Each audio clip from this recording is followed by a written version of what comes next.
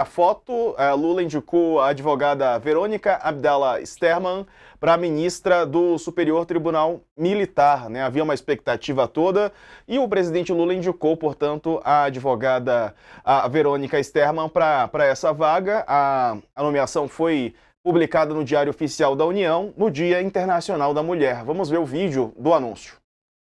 O Tribunal Militar, ele foi criado exatamente quando Dom João VI chegou ao Brasil. Mas é importante a gente lembrar que desde 1808, nunca uma mulher tinha assumido o Supremo Tribunal Militar.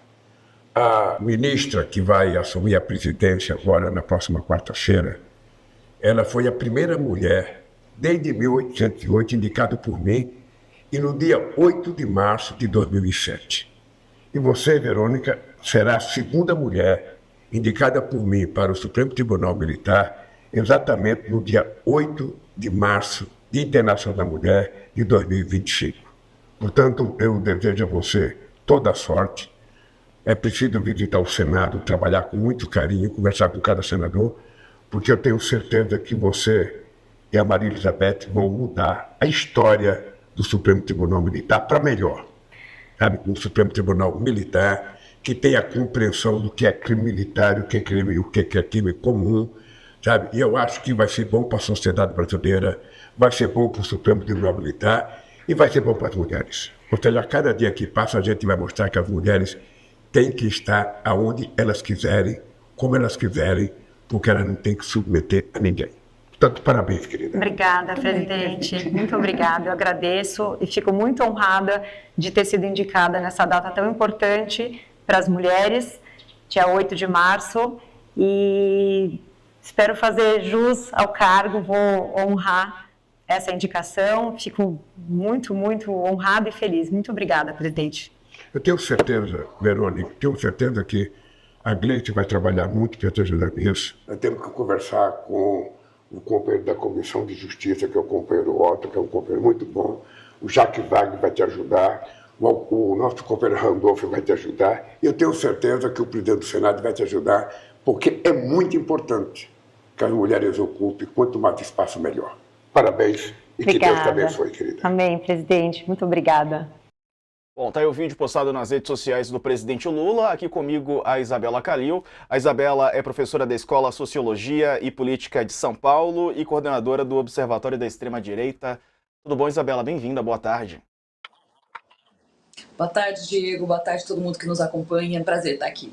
Tudo meu. Estamos aqui meio que quase na mesma paleta de cores. E eu já te pergunto sobre isso, né, Isabela?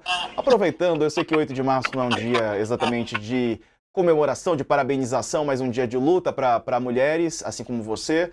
Mas te ouvir aqui nesse espaço é um prazer, ainda mais um dia como hoje. E te pergunto se isso satisfaz, né, a pauta feminina, né, uma indicação de uma mulher para o STM do presidente da República. Lembrando que há pouco tempo ele trocou, né, tirou a ministra Nízia Trindade, ministra da Saúde, uma das pastas mais importantes do governo, pelo Alexandre Padilha. A gente viu ali a Gleice ao lado do presidente Lula, que está ocupando essa função agora, a nova ministra da articulação política, né? Não tomou posse, mas já está à frente do cargo.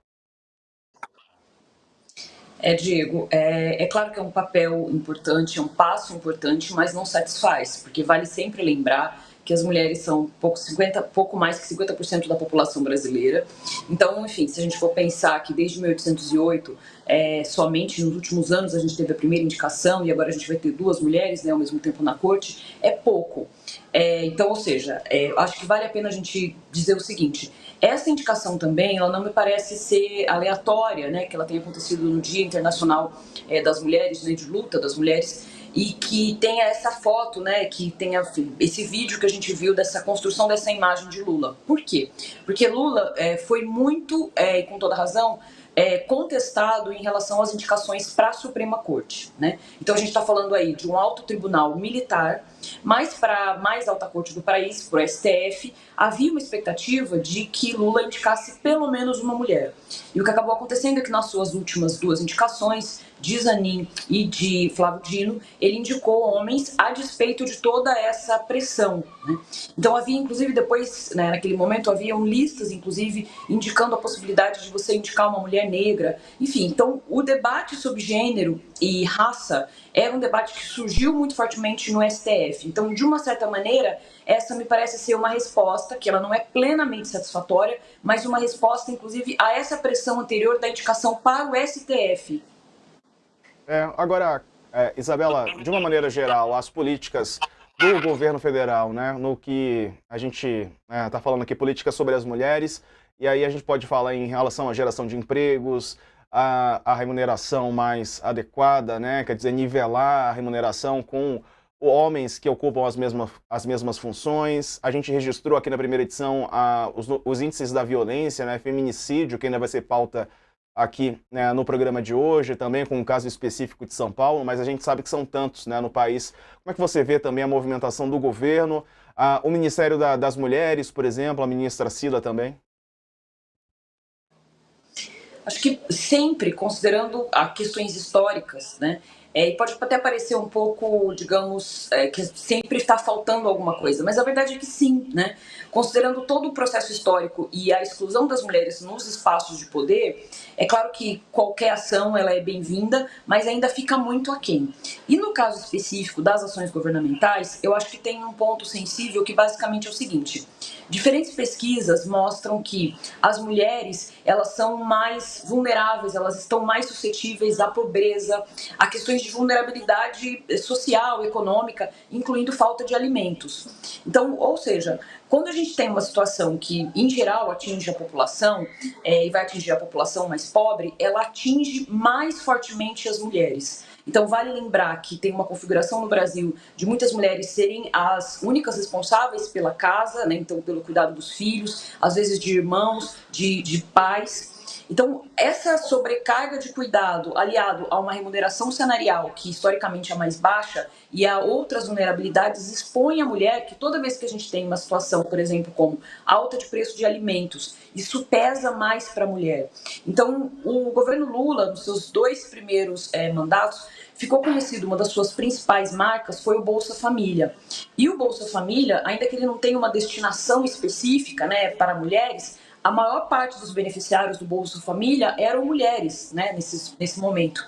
Então, ou seja, o governo Lula historicamente conseguiu cumprir uma função específica de redução da extrema pobreza, principalmente com essa política de Bolsa Família, mas vale lembrar que essa política, ela, apesar de ser uma política de redução de pobreza, ela é uma política também de gênero, porque ela tinha como beneficiário a maior parte das pessoas mulheres. Então, deu uma autonomia para as mulheres que elas não tinham antes. Isso se reflete em diferentes questões, por exemplo, na questão da educação das crianças, questão de acesso à saúde, questão de saúde reprodutiva.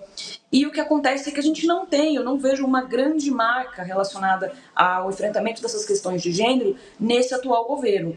Então, ou seja, comparado com o período anterior, eu acredito que a gente poderia ter avançado mais em relação a tentar resolver vulnerabilidades que afetam mais fortemente as mulheres, ainda que afete a população de maneira mais geral.